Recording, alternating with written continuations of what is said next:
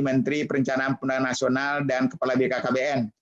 Dan sekarang bergerak mendampingi BUMN besar, dulu komisaris utama di BRI, sekarang komisaris di Bank Mandiri, dan salah satu tokoh penggagas dan yang memfasilitasi pengembangan daripada Mande. Kami persilakan Pak Andrinov.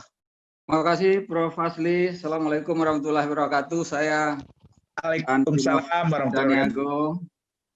Jadi saya dapat dua kesempatan sekaligus. Pertama, membantu meng-highlight apa yang sudah di-share oleh Bapak Ibu semua. Yang kedua, saya menggunakan juga kesempatan ini untuk menyisipkan beberapa ide. Ya. Mungkin alhamdulillah apa yang saya siapkan tadinya kalau saya bicara seperti Bapak yang lain, nyambung dengan apa yang sudah diungkapkan oleh Bapak Ibu semua. Jadi alhamdulillah ya. Nah, pembicaraan kita ini pertama hal yang menggembirakan kita adalah menunjukkan identitas kita, karakter pelaku usaha Minang yang watak sosialnya itu memang menonjol. Jadi dalam situasi krisis jiwa untuk mengutamakan karyawan itu sama. Nah, ini hal yang positif, nilai lebih dari para pelaku usaha Minang ya. Ini pengakuan dari beberapa pejuang pengusaha kita tadi. Nah, tema ini memang paling relevan buat kita pelaku usaha Minang dan orang Minang pada umumnya, yaitu mengenai perubahan. Ya, kalau diperhalus ya penyesuaian. Baik karena situasi yang tidak terduga karena COVID ini maupun memang tren zaman ya. Nah, tentang tren zaman yang sedang melanda semua kehidupan termasuk dunia bisnis tadi juga sudah dikemukakan oleh Bapak Ibu semua, dan itu makin menuntut perubahan tertentu, penyesuaian tertentu dari kita orang Minang. Nah, perubahan apa? Ya, saya pakai bahasa saya, yaitu perkembangan teknologi informasi, digitalisasi atau inovasi-inovasi dalam bidang teknologi informasi itu sudah sangat mempengaruhi proses bisnis. Ya. Bagi yang tidak mengikuti itu tentu akan ketinggalan, ya, untuk mendapatkan konsumen dan juga untuk menjaga kualitas produk yang dihasilkan atau jasa yang dihasilkan. Nah, ini karakter dari era digital dan dia juga punya konsekuensi sosial yang tadi sampai saat ini disikapi dengan baik oleh para pelaku bisnis kita, yaitu soal ancaman terhadap rasionalisasi pekerja. Ya, era digital itu menuntut rasionalisasi pekerja. Bapak Ibu yang ada di Australia, di Amerika, di Inggris atau di Eropa pasti tahu, orang belanja ke supermarket menengah dan besar nggak lagi ketemu kasir, ya, nggak ketemu cuman lihat dari jauh aja beberapa karyawan, tapi semua ngambil barang lalu dibayar ditempel, ya, itu tren itu akan terus terjadi di dunia perkantoran, baik itu keuangan, jasa-jasa lain, bahkan industri dengan teknologi robot. Itu akan terus terjadi dan mau nggak mau akan mengancam kesempatan kerja.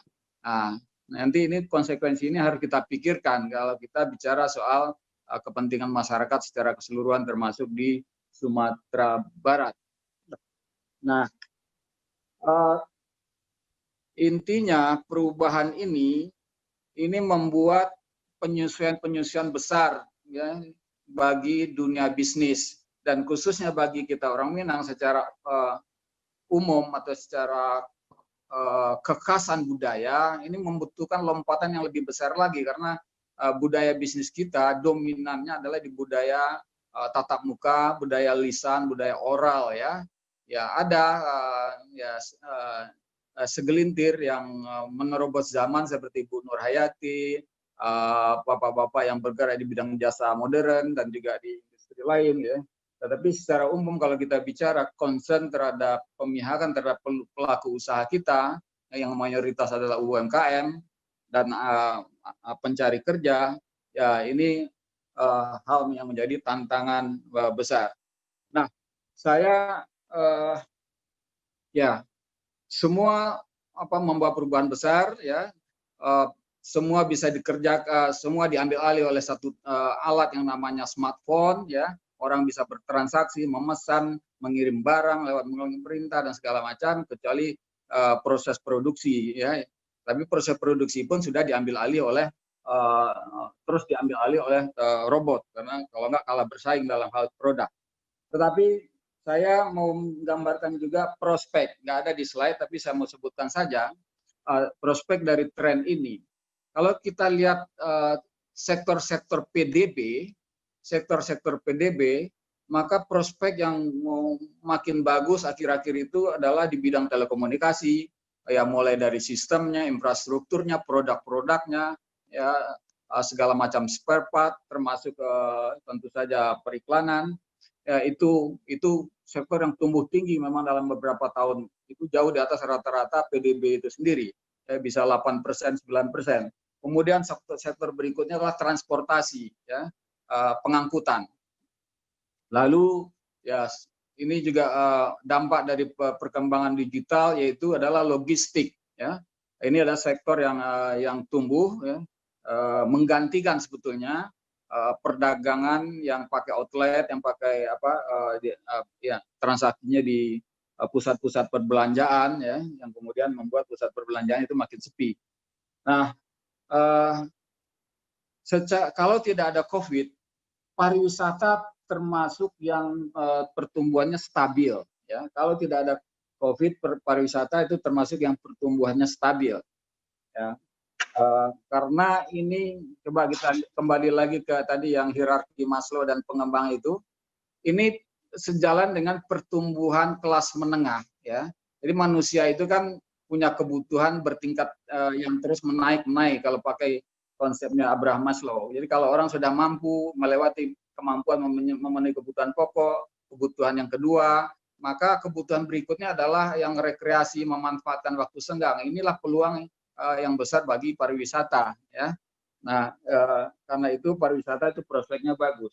Nah, tetapi ada sektor-sektor lain yang lumayan steady, survive, ya, termasuk sebetulnya ketika masa krisis, walaupun ya tetap berdampak, yaitu pendidikan, ya, khususnya tentu saja pendidikan yang menengah, ya, ke bawah, ya, sampai pendidikan balita, ya. Karena itu kebutuhan, survei-survei menunjukkan masyarakat kita itu atau kepala keluarga itu menganggap pendidikan itu adalah kebutuhan pokok untuk membiayai masa depan keluarganya. Jadi sebetulnya secara pendidikan termasuk yang relatif stabil, kecuali ya karena ada situasi seperti sekarang, dan yang paling terdampak tentu saja yang pendidikan tinggi, karena itu sudah termasuk yang tersier sebetulnya. Lalu kesehatan itu juga termasuk yang prospeknya bagus, karena semua orang ingin sehat, semua orang ingin menjaga diri, kebugaran dan sebagainya, ya. Ini hampir sama dengan sembako atau bisnis sembako, di mana semua orang harus makan, harus minum dan sebagainya. Lalu kebutuhan rumah tangga termasuk juga yang prospeknya relatif stabil, termasuk ya alat-alat keperluan pribadi, kosmetik dan lain-lain itu. Nah, ini sebagai gambaran soal peluang yang perlu juga dilihat oleh pelaku bisnis kita. Ini penting buat Bapak Ibu yang sudah masuk di bidang itu untuk lagi-lagi untuk melakukan penyesuaian dengan perubahan ini. Nah, tadi dari sharing dari Bapak Ibu semua, saya mencatat beberapa hal.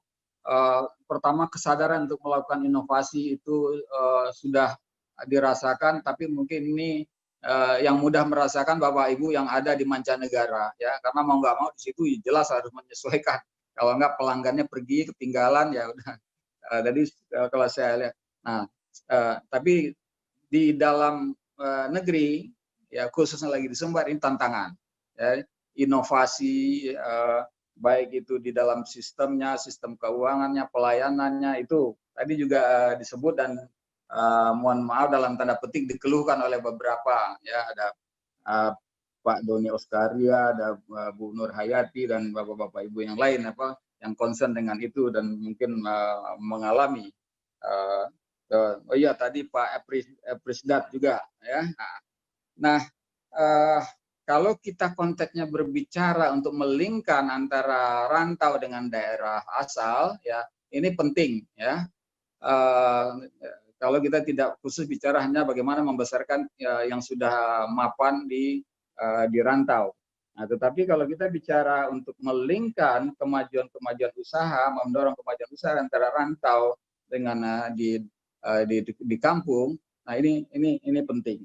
Nah, alhamdulillah tadi Ibu Nurhayati mengungkapkan dengan jujur niat beliau ya, bahkan sudah punya progres ya, bagaimana caranya membantu UMKM pelaku bisnis di Sumbar sendiri ya, dan pesan apa yang harus dibawa kemana, yaitu ya mengubah mindset ya. Ini tadi beberapa disebut juga oleh Bapak Ibu yang bicara ya, mindset ya, budaya melayani, budaya service ya.